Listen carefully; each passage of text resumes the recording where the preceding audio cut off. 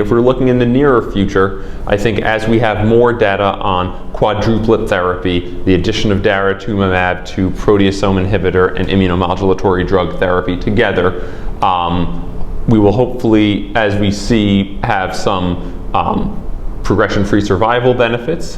If we find an overall survival benefit, I think that will change the standard of care for most patients. I think what is already happening is more and more patients are getting daratumumab and carfilzomib as initial therapies, again in a similar personalization of therapy, because there are real side effect profiles of these drugs that are very different.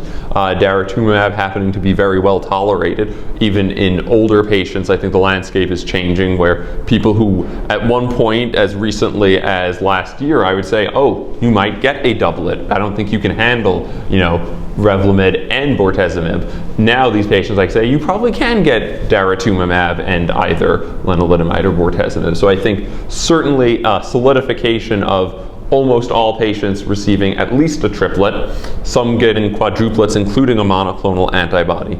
And in the relapse setting, I think more combinations of drugs. We have a lot of treatments. Most patients are going to be, because this is a non-curative disease, are going to receive most drugs in additional combinations, and we're finding that combinations are more important.